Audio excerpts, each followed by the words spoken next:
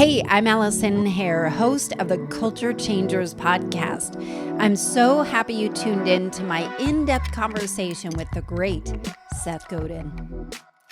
You have been able to activate people all over the world to be able to make that change. So it's almost like your message is kind of coming through and broadcasting in a prism through other people to be able to create really impactful and lasting change.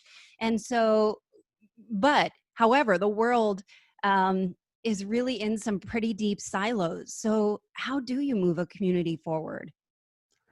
Yeah, well, thank you for having me. And it has been 2020 has been just such a tragic year. So many people dealing with a health problem, billions of them.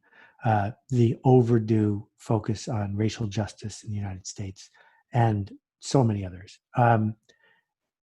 And it's easy to look at that from a very far distance and say, we need extraordinary top-down leadership, and we have too many problems that are too intractable to solve.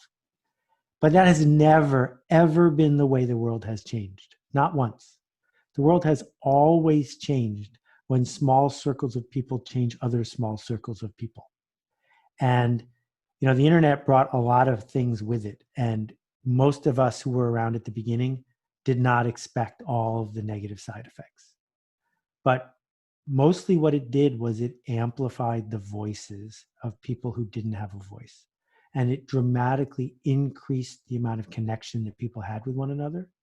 When you give people a microphone, they're going to do something with it. Maybe they'll just scream. Maybe they'll just fight for the status quo. But some of them will try to find a voice. And when they find a voice, they might be able to organize some other voices. And the work of my professional life has been to help people learn to trust themselves enough to speak up in a way they're proud of and to say, here, I made this, or here, let's try this, or will you connect with me? Because I feel like if we can begin to do that more persistently and consistently, it can't help but make things better. Because if you think about it, almost everyone you know is a good person.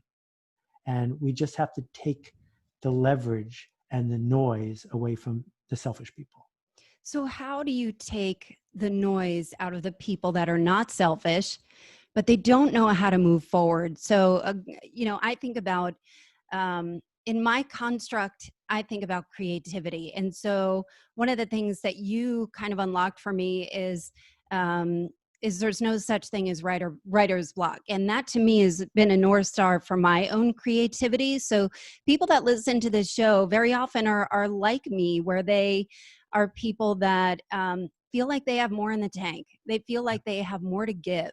And I think we can feel stuck in the constructs of what's expected of us or the cultural expectations. So where does somebody even start? Exactly. This is great. And the new book is about all of this. Let's start with this. How many podcasts have you done? 5, 20, 200? 66. 66. Do you do a podcast only when you feel like it, or do you do a podcast No. because it's time to do another podcast? It is a professional thing for me. And it's not that I'm making money at it, but to me, it is, I rely on myself Right. to fulfill that expectation, because for me, it feels like I'm doing a service and Exactly. that I need to show up for that service. Exactly. And it's not that different than brushing your teeth, except brushing your teeth only helps you. This helps a lot of other people. But you don't wake up in the morning saying, I don't feel like brushing my teeth today. Yeah. You brush your teeth because it's the morning. So what happens is Allison says, I need to make a podcast today. And sometime after she begins making the podcast, I'm just imagining this, you feel really good because you're making a podcast. You didn't say, I feel really good, I'm going to make a podcast.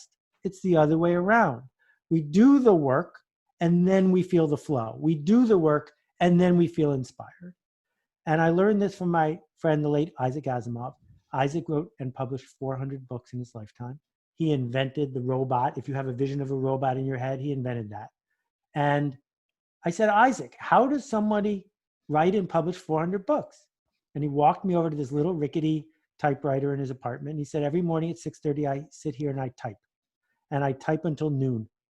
And it doesn't matter if what I type is good or not, I have to type. Not allowed to stop typing. And because he understood that he was going to keep typing, his brain said, well, if you're going to type, I might as well give you something to say. Whereas the people who say there's writer's block are in advance announcing they have nothing to say as opposed to typing. And, social media is a trap. It's a trap for a bunch of reasons. It's engineered to make us feel bad, and it's engineered to have us say the wrong thing. So my argument to people is find your practice, find your discipline, and put it in a place where the rest of the world isn't trying to stop you. And I'm curious about your own practice, because you publish a blog every single morning, 365 days a year. I've been a big fan of your blog for 10 years. And I think because it is so brief is helpful, but it's so impactful as well. Did that start from your conversations with Isaac Asimov, or how did you get your own practice of, because I think my guess, I'm assuming that when you wake up, like you publish, like when it comes to me, it's because you just hit publish, not because you layered it in for weeks in advance. Is Well, that, I'm guessing. I'm glad it feels that way. It's supposed to feel that way. Once the streak felt like a streak, it felt to me like it wasn't worth risking that I was going to get the flu. And so, no, I don't wake up at 4 a.m. and press a button. I used to. And here's the embarrassing story of when I stopped doing that.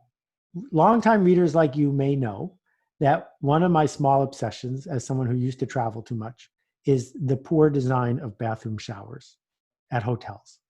Because it seems to me there's no room for innovation. Every bathroom shower should be exactly the same. You're in a strange place, it's dark, it's early in the morning, you shouldn't have to need a manual to figure out how to turn on the shower. So I've written about this several times. And this was a particularly egregious one. And it was early in the days of the smartphone. So I took a picture of it and I posted it on my blog.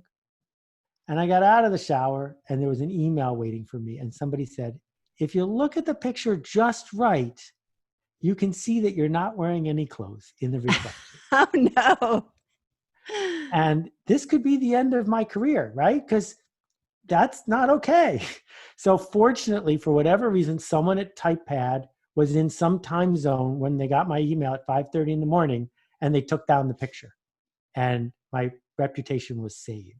And so ever since then, there has been a reserve, a buffer of posts that I wrote. Sometimes a post takes me 5 hours to write. Sometimes a post takes me 5 minutes to write. But the discipline of writing every day, that was my commitment based on what I learned from Isaac, that said, a lot of people say I can't be a writer, but all you need to do to be a writer is to write every day. I think that particular concept from you was so freeing for me, because there are times when I sit down, and I started a blog because of just that voice of you, like just saying, just type. It doesn't matter if it's bad. We need your bad ideas, because then the good ones come out. And it's amazing what's happened through there. One thing I think is, it tickles me to no end that you teach almost entirely in parables, and your ability to organize information in a way and tie it to a relevant story so quickly is pretty astounding. And I imagine that's a practice for you too. Where did that begin? It is, in fact, a practice. I began teaching in 1977 in northern Canada, north of Toronto, in a canoe. And there's something really powerful about having an 11-year-old get into a vehicle that's 17 feet long, for which they're the only person, the only pilot, and saying to that kid, who might have been coddled or might have been not treated well for the first 11 years of their life, okay, you can do this. Let's go. And watch their physical and emotional state change when they realize it's up to them. And that's That when happened to you. Yeah. Didn't your father leave you? Oh, my father did not leave me, Wait, but no. Wait, that's a what? whole other I'm confusing all my stories. But in that moment, I realized that turning on that light was my life's work. And because I can't be up in northern Canada right now doing that, I do this, but it's the same thing. And what I discovered is teaching the physics of hydro engineering and how paddles flow through fluids does not help anybody learn to paddle a canoe. And what you need to shift is attitudes. And the way we shift attitudes is by doing something, not taking a test about it. And so that's why I do workshops. That's why I don't just make videos. That's why my posture is you learn to ride a bike, you learn to walk by doing something that didn't work until it worked. And if I can encourage you to do that in the modern world, then you're going to get better at it. So do you feel like action is secure to everything? It sounds like it. Well, I don't know about everything. Right. I don't want the people who are working on the vaccine that we all need to Right. just make stuff up as they go along. I do believe that justice, for example, comes from activity, not from theorizing. I believe that when we start acting like the person we hope to be, that is the only way we will become the person we hope to be. And so through right action, even though the results don't always match, we get the chance to do more right action. And I get very frustrated with people who know they're doing something wrong and then say, I'm just doing my job. Because we are lucky enough to live in a world where, for most of us, you get to pick what your job is. And just because you got paid a lot to be on Wall Street doesn't mean you should be doing credit default swaps. You had a choice. And please don't tell me you were just doing your job. You know, it's interesting that I think about 2020 and just what you said right now is that we're at such a pivotal time where there is truly a confrontation and a dismantling of so many systems, whether it is racism and equality, police reform, even the elections. This is an election year, and when this comes out, we are voting, and there's so much out there. To me, I feel like all of this, like you said before, is long overdue. That some of these systems, the hierarchy or hierarchical systems that my parents and your parents knew from a cultural norm perspective, no longer work. I think this is an incredible reckoning. And I wonder what your thoughts are on the cultural upheaval. You know, do you look at it in a positive way? And where do we go from here? You know, what a lot of people don't remember is in the darkest days, sorry, part of my computer just crashed. What a lot of people don't remember is that in the darkest days of the Soviet Union, there were lots of people in the Soviet Union who liked it exactly the way it was. And the status quo is the status quo because it's really good at sticking around. If it wasn't, it would have been gone a long time ago. I think the biggest change agent of our time was the internet, in that it exposed a lot of things that had been hidden, and it gave voices to a lot of people who didn't have one.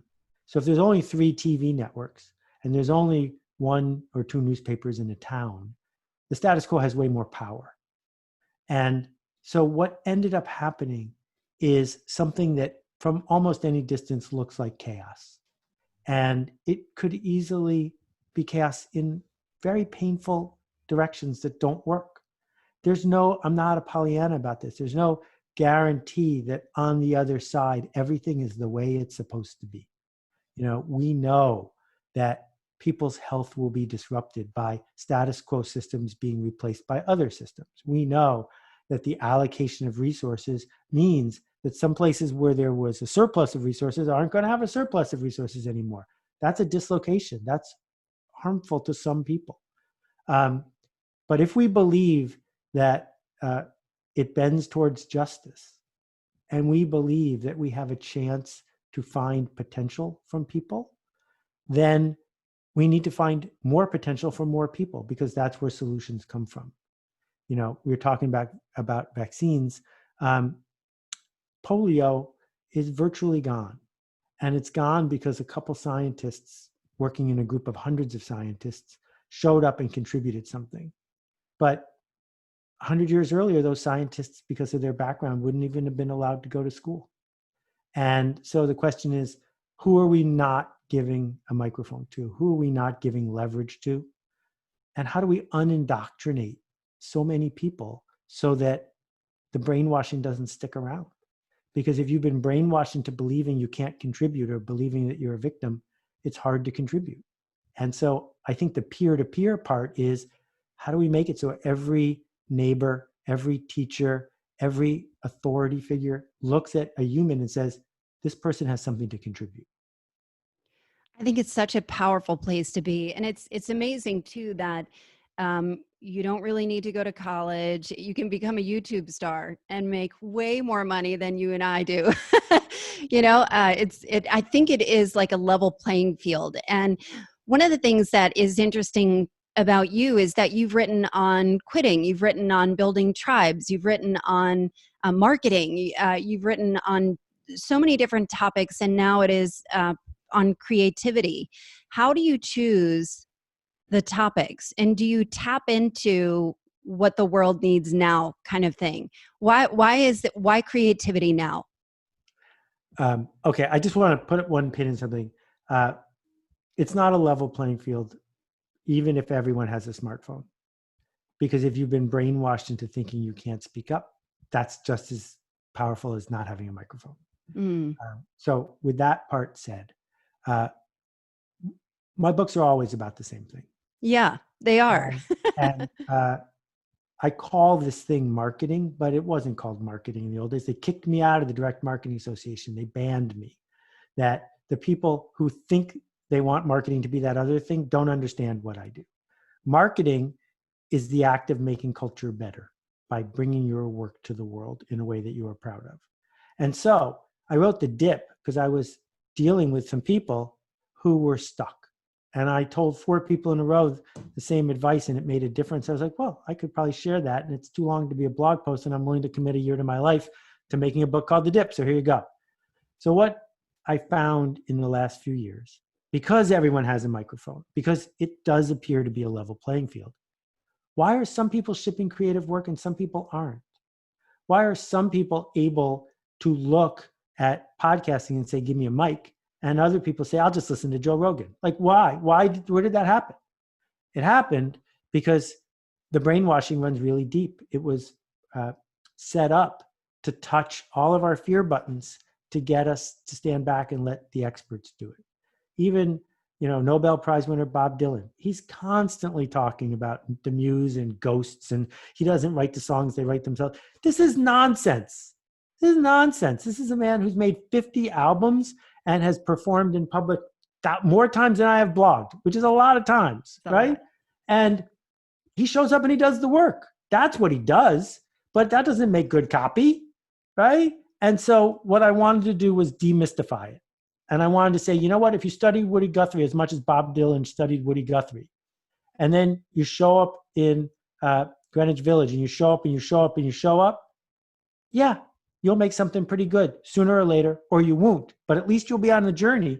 And that's why it's called the practice. Because my argument is the practice is what is missing from people, not lightning, not the muse, not any magical power, just the practice. So I want to riff on that for a second of just, if it doesn't ship, it doesn't count. So I love what you're saying about that, because I feel like there are so many times where I've written an email in my head and I'm like, it's not going to send itself, like I have to push go and send.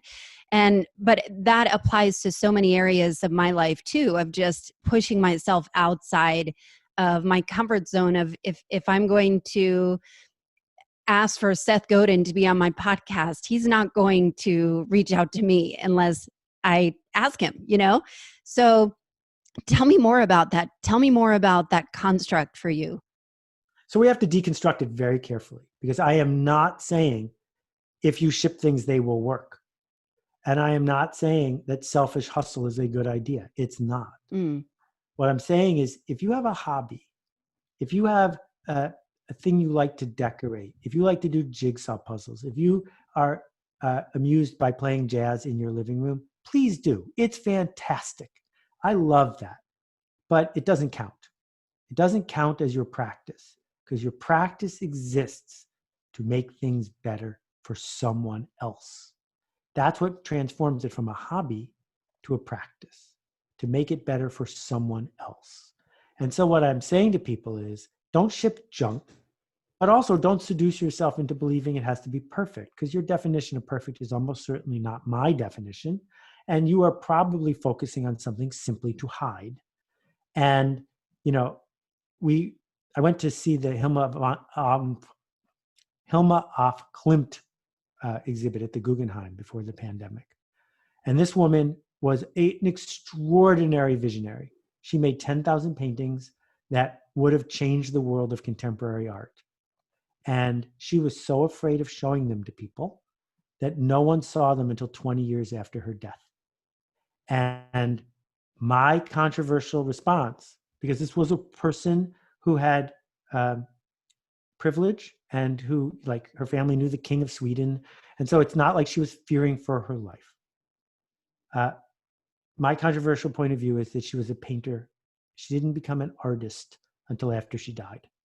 Because to be an artist, you have to show someone your work.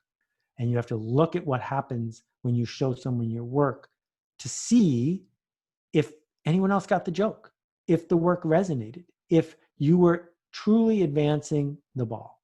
And I'm glad she made the painting she made, but I'm truly sad that she couldn't find it in herself to share with a circle of people, because if she had, it would have opened the doors for them. And a whole generation of artists, painters, particularly women, would have shown up in the field because she was a pioneer. But looking at it 40 years later, no, it was more, 70 years later, I look back and I'm like, wow, this reminds me of something else that was going on at the same time, but they were parallel worlds. And so what I'm saying to people is, if you want to record all your podcasts and keep them at home, that's great. But you can't call yourself a podcaster till you press publish. So one thing I heard in a podcast, so I love Kathy Heller, and you did a podcast with her, and she's just fantastic. She, to me, is like the female version of what you do too. But she said, I think she paraphrased something that you said about fear, and fear is almost like a muse. And so when you talk about perfectionism, you talk about fear, I immediately think about, okay, I want to write something, but I'm not sure I want to publish. I'm not sure I want to ship it until it's good enough, you know? And I think there is like a self-esteem thing in there. So I wanted to kind of unpack of what that is like, because I feel like people are so held back, and I don't know is it culture? Is it their own self-esteem? Is it cultural conditioning?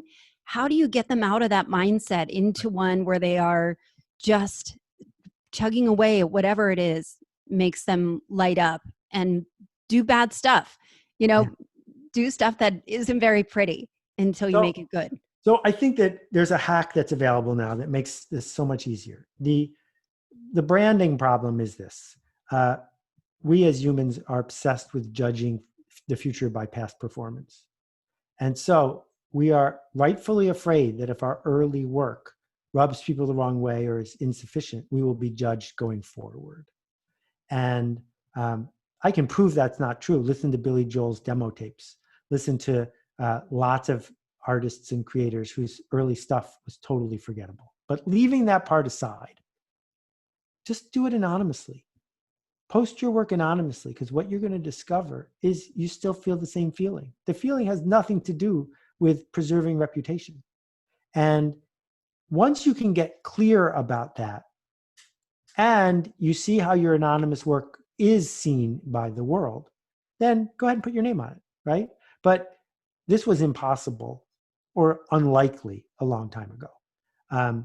And I don't want to encourage people to ship junk with their name on it and then say, yeah, but it's going to get better, and hope that everyone will forget the first versions. You don't want a surgeon doing that to you, right? But at the same time, there's two noises in our head. There's the noise of legitimate fear that says, this is endangering me and other people. But there's the other noise, and that's the noise of, this might work, this might not work, this will cause a change to happen. How will I deal with that? When that noise shows up, it's a compass. And what it's telling you, Pressfield calls it resistance. What it's telling you is you're onto something. You're on your way forward. Learning to distinguish between the two voices is really important. Yeah. And, one thing that I've been thinking about recently, I call it a happiness insurance, that people are looking to take a step only if they can ensure that it's going to make them happy in some way. And then you had put in, I don't know if it was you, but in some of the notes in prior to this meeting is avoid uncertainty. And so Right. I thought that's happiness insurance, like that's the opposite of it. So tell me more about that. So avoid uncertainty is a trap. Avoid uncertainty is a watchword that says, if I am avoiding uncertainty, I need to acknowledge the fact that I'm seeking to not be creative. Because the definition of creativity is something that might not work. How do we know it might not work? Because it hasn't been done before. So we need engineers and we need engineering. We don't want someone to build a bridge that might not work, right? That what you notice if you look at beautiful bridges is the parts that are beautiful are not the parts that hold up the cars. The parts that are beautiful are the bonuses. And that's engineering. Good for them. But if you are doing something that is creative and you're feeling resistance and you're feeling stuck and you are finding yourself avoiding uncertainty, well, then you just found a trap. So one thing I did a long time ago, I went to a seminar on brain science, and this could kind of dovetail off of that too. And the concept was that our brain, most of the time, is just repeating old patterns and is never really present, because if it's in fight or flight mode, it's taking over. If it's just repeating patterns, it's just repeating patterns. So why some people find themselves in the same situation, the same relationship, the same, abusive relationship that they might have been, or the same bad job, with a bad boss, in a different job or whatever. And she said something that stopped me dead in my tracks, and I'd love to get your thoughts on it. She said, the only time that you are ever truly present is, even with your brain, is when you're creating. And that, to me, I was 29 years old, and I remember it changed everything for me, just that. And I wonder if you believe that. Yeah, I'm not, I think that, we have lots of insight, Marvin Minsky and others, about what the mind is and what the brain is and all those other things. And I'm no expert on that. But I will tell you that I am completely addicted to the feeling of fresh that comes from being present in solving an interesting problem. And creativity, I don't believe creativity is letting the muse out. I think creativity is defining the interesting problem and going at solving it. And human beings know how to do that. And we pretend that's not what we're doing because it's more romantic to do the other thing and it lets us off the hook. But tomorrow there's going to be a blog post from me, and that's an interesting problem. And so for free, I was able to find myself a daily addiction that gives me satisfaction and some people get a benefit from. That is something I would do even if no one read my blog, because it's an interesting problem. And one way to look at a life well spent is how many interesting problems were you able to work on? I loved your definition of solving interesting problems. And you can correct me if I'm wrong, but it was something you can't look up on Wikipedia. Yeah, right. I think it's just amazing. What are we doing with our 8th graders if there is any assignment where they're not allowed to use the computer, but if they did, they could look up the answer on Wikipedia? What have we taught them in that moment? We've taught them a short-term memory hack of how to memorize something for 12 hours. It's not a useful hack, right? That life is now open book. It didn't used to be. Libraries were really scarce, and going to the library took a really long time. But now if I want to look up the name of the 4th governor of Alabama, why should I remember that? No reason. What we should spend the entire time doing is saying, it's an interesting problem to figure out how to tell me in 4 paragraphs your point of view about something in the history of Alabama. And one element of that will be, how to go look up the name of the governor. But the interesting problem is you can't look up how to write the 4 paragraphs. That's interesting. I think it's so amazing. And just to touch on the education thing, so you wrote your manifesto, Stop Stealing Dreams, on education. And it's something that you write about often. It's something I feel incredibly passionate about. And I'm wondering, how do you, like, you laid out a blueprint to solve the education problem. And how do we move that forward? There's so many inequities, racially, socioeconomically, and even just a broken system, especially in the US.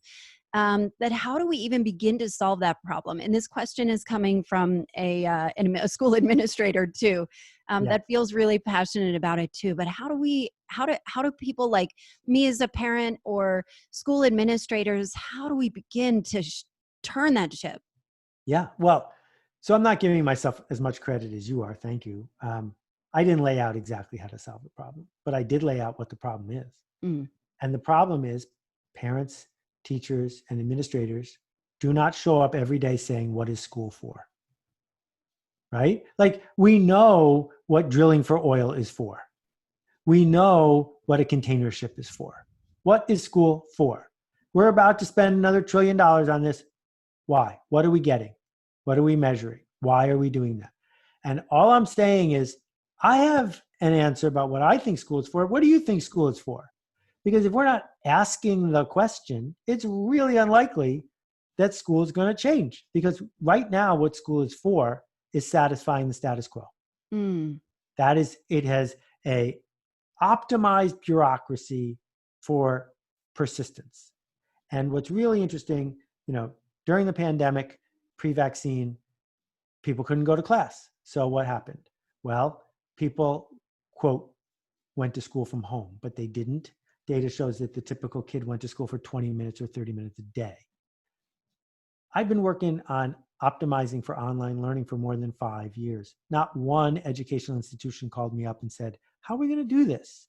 And most of the ones that have substance said, we'll come up with something that's passable. And the minute this is over, we're going back to normal because they're optimized for that.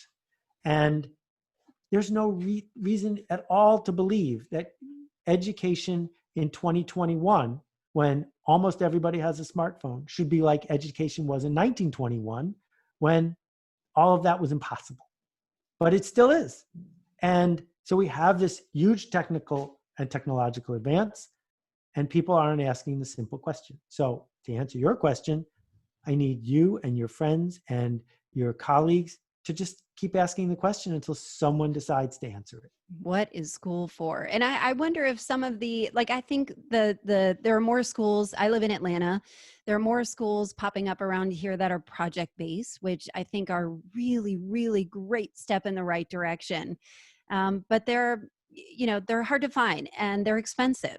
And I wish there was a way to standardize that or even operationalize it in a way that makes it more accessible. And I wish I knew how to do that.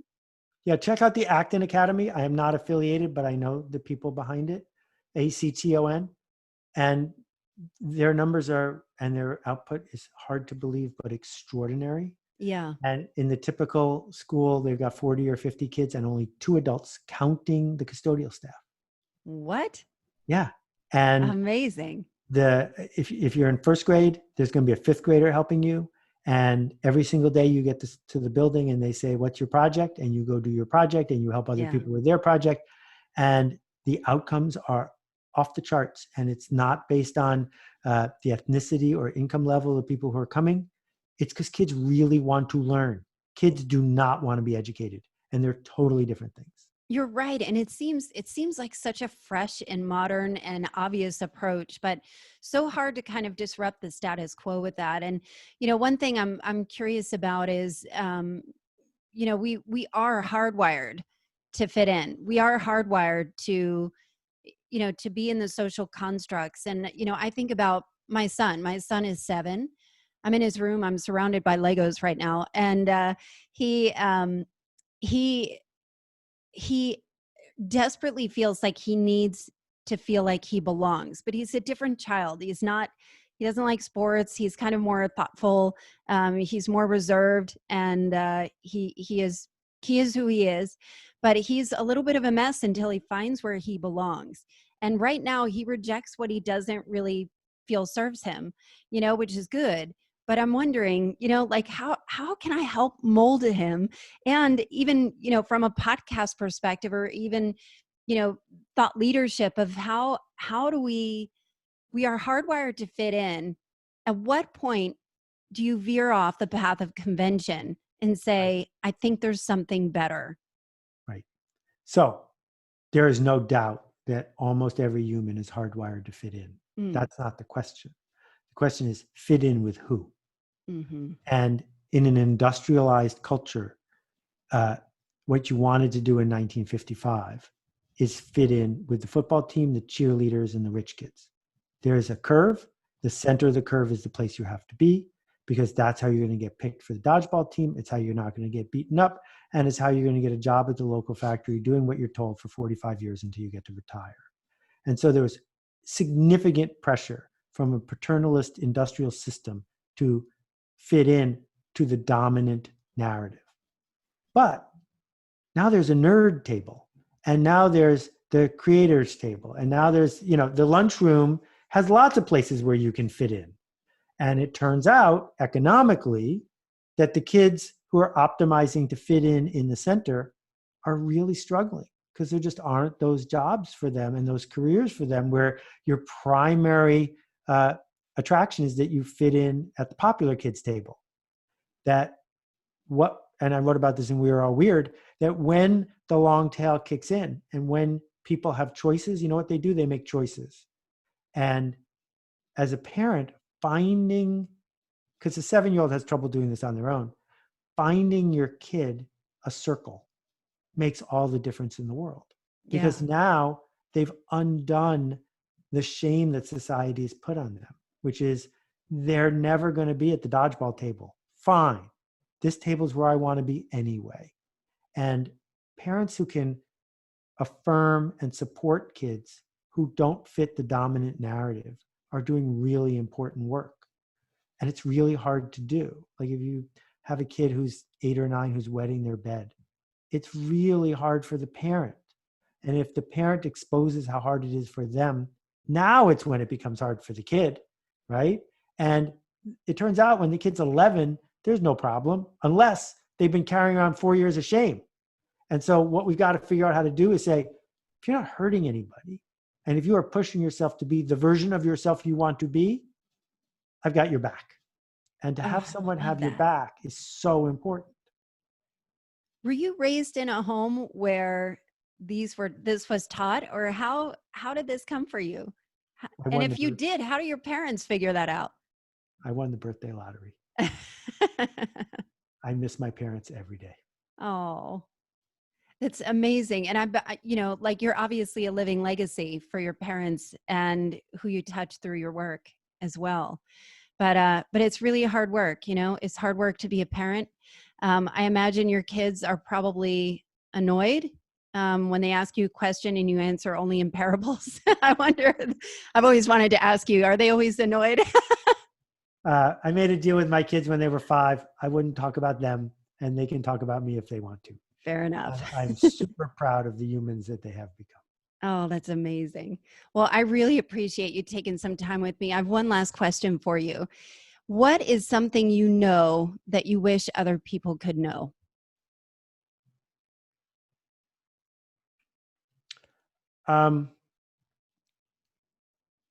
We get to decide what okay is.